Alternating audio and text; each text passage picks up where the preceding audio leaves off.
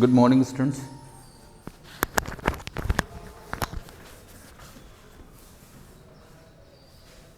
Students, on the last day, we had a discussion on various nucleophilic substitution reaction which are shown by haloalkanes. Now, the students, today we have to classify all such reactions on the basis of their reaction kinetics. Students, the nucleophilic substitution reaction which are shown by haloalkanes have two possible reaction kinetics. Students, one of the reaction kinetics is SN2. It means substitution nucleophilic bimolecular. It means the rate of such nucleophilic substitution reaction can be given as K into concentration of alkyl halide into raised to the power 1 into concentration of nucleophilic reagent. Nucleophilic reagent. Students, it shows that a certain group of reaction follows a certain group of nucleophilic substitution reaction follows this rate law. If you observe this rate law, you can easily say here the order of such nucleophilic substitution reaction should be called as the 2. So, students, since a group of nucleophilic substitution reaction follows this rate law, and it is evident from this rate law equation that order of such reaction is 2. That is why such reactions are called as nucleophilic substitution bimolecular or substitution nucleophilic bimolecular. Students, let us take an example. Students, let us take the nucleophilic substitution reaction of methyl chloride with aqueous solution of NaOH. Students,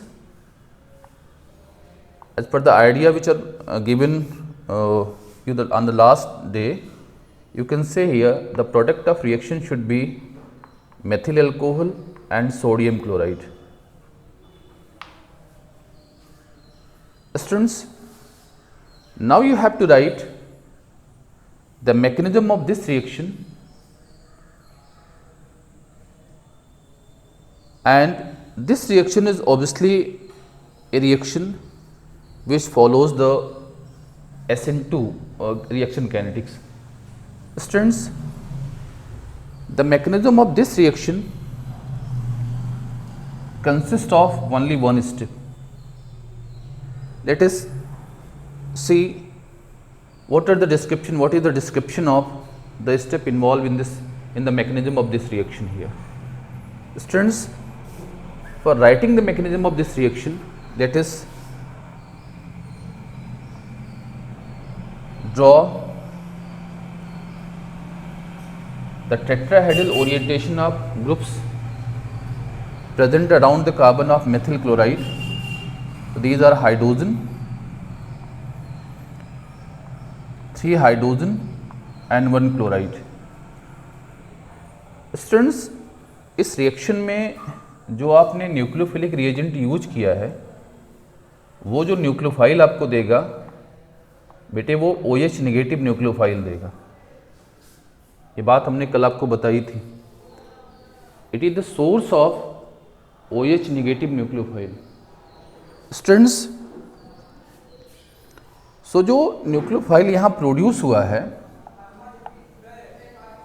वो हमेशा क्या करेगा, in order to form its required product, वो हमेशा आपका जो tetrahedral plane है molecule का, उसके उस साइड से आपके मॉलिक्यूल को अप्रोच करता है जिधर से वो कम से कम रिपल्शन फील करता है।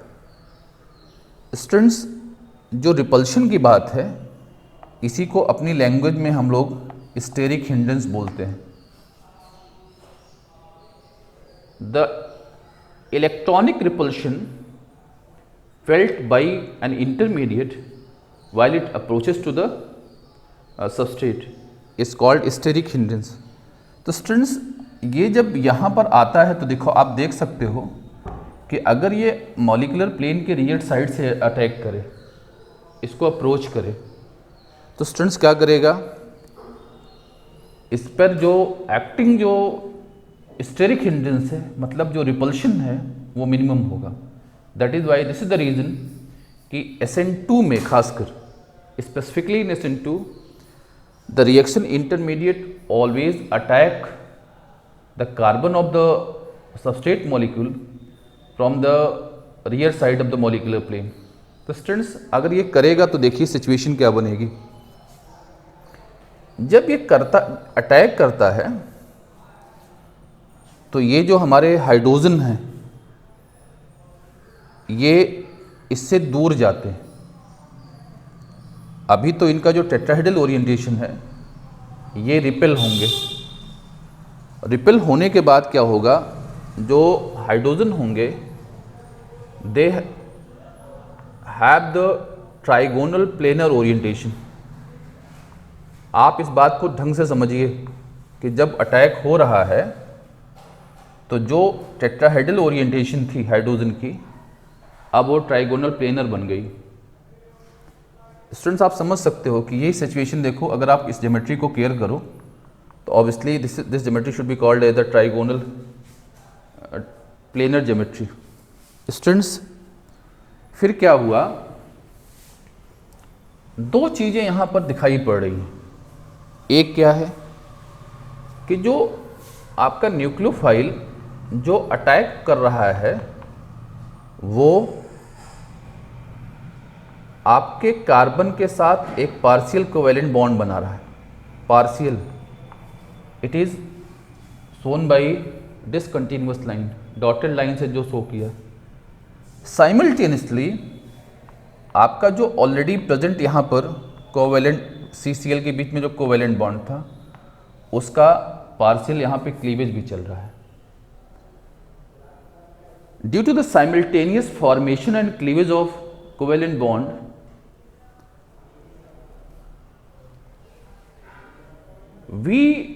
the reaction have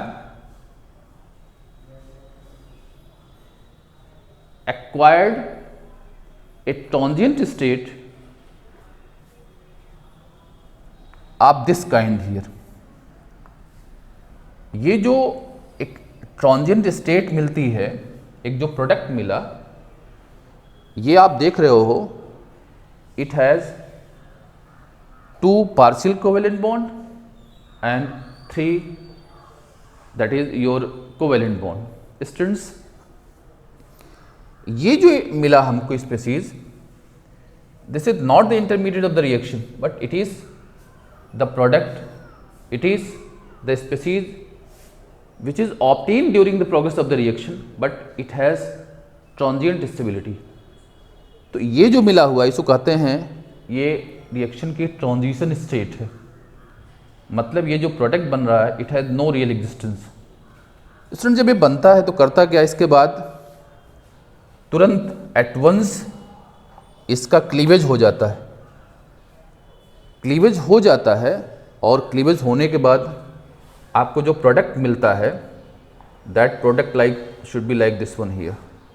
this is hydrogen, this is hydrogen and we have this is OH here। Students, we have this product is obtained along with the leaving nucleophile, which may be Cl negative here. Students, this is the step which is involved in the mechanism of SN2 reaction. Let us see the step involved in SN2 mechanism. Students, in SN2 mechanism, only one step is involved. That SN2 mechanism consists of only one step. So, no doubt, as per the principle of reaction kinetics, the reactant involved in this reaction will decide the rate of reaction. In this reaction, we have the two reactant. One is the nucleophile and other is the methyl chloride. Students, from order measurement, we found that the rate of reaction, the order of reaction with respect to this nucleophile is 1, and it is also 1 with respect to your methyl chloride. So no doubt आप कह सकते हो reaction का जो rate होगा that should be written as K into the concentration of methyl chloride raised to the power 1, और जो OH negative है इसकी पावर 1 मिलेगी. और अब आप क्या करिए, इसमें जो ऑर्डर ऑफ रिएक्शन की कंसेप्ट का यूज करेंगे तो नो डाउट आप कहेंगे the order of reaction is obviously 2. If this is obviously 2, no doubt आप कह सकते हो कि this is the reaction,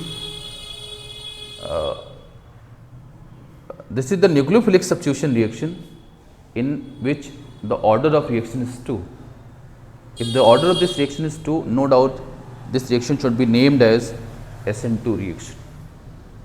Students, one of the peculiarity of this reaction is that कि जो मैं शुरू से बात आपसे कर रहा था कि इस रिएक्शन की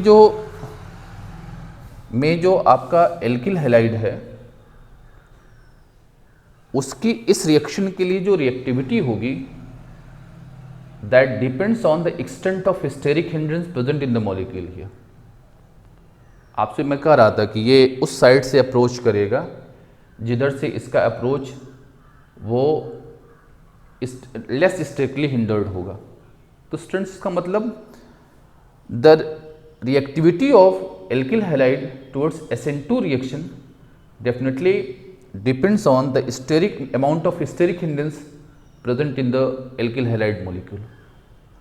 Students, आप समझ सकते हो, अगर मैं आपसे बात करूं, let us consider a tertiary alkyl halide that should be written as R3X. Let us consider secondary alkyl halide R2CX. Let us consider R2CHX. Let us consider a primary alkyl halide that should be RCH2X. Students, care करो, आपको मैंने ये दे दिया, ये 3 alkyl halide हमने दिए. What should be called as the primary, जो आपसे आइडिया हमने दे चुके हैं हम आपको. It is the primary alkyl halide और 1 degree alkyl halide. It is the 2 degree alkyl halide and this is the 3 degree alkyl halide. Students, अगर ये 1 डिग्री 2 डिग्री और 3 डिग्री एल्किल हैलाइड्स हैं तो इन एल्किल हैलाइड्स में जो ये कार्बन है, ये जो कार्बन है इसके अबाउट अगर आप एक्सटेंट ऑफ स्टेरिक हिंड्रेंस को मेजर करें तो आप कहेंगे मैक्सिमम स्टेरिक हिंड्रेंस इस जगह अवेलेबल है, टर्सरी एल्किल हैलाइड में अवेलेबल है. Since carbon of this alkyl halide is surrounded by 3 bulkier group. Likewise students, यहाँ पर आप कहोगे थोड़ा लेस है. It is less because the carbon of this alkyl halide is surrounded by only 2 bulkier alkyl group. Students, और यहाँ पे कहेंगे लीस्ट है since it is surrounded by only 1 bulkier alkyl group. So आप कहते हो कि अगर यहाँ पर इस सिस्टम में स्टेरिक हिंड्रेंस ज़्यादा होगा तो रिएक्टिविटी कम होगी. more is the steric hindrance, less will be the reactivity. अगर इसका यूज किया जाए तो नो डाउट आप कर सकते हो कि out of this 3 alkyl halide the primary alkyl halide should have the maximum reactivity. RCH2 should be most reactive, followed by R2CHX, followed by R3CX. Students, so if we see the reactivity of different alkyl halides towards this particular reaction, we found that primary alkyl halide should have the maximum reactivity, secondary should be less and tertiary should be least here. Students, likewise let us consider the other alkyl halides like RCH2Cl, RCH2Br, RCH2I and RCH2F. Let us consider these 4 one. Students, अगर इन सबको देखा जाए तो इसमें जो steric hindrance का amount है nearly सारे एल्किल हैलाइड में सेम है, बट यहाँ पर जो लीविंग न्यूक्लियोफाइल है वो अलग अलग है.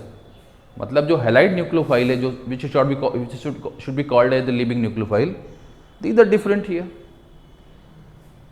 और चूंकि आपको पता है कि यहाँ पर इस लीविंग न्यूक्लियोफाइल के लिए ये जो बॉन्ड स्ट्रेंथ है CCl बॉन्ड की वो माने रखती है.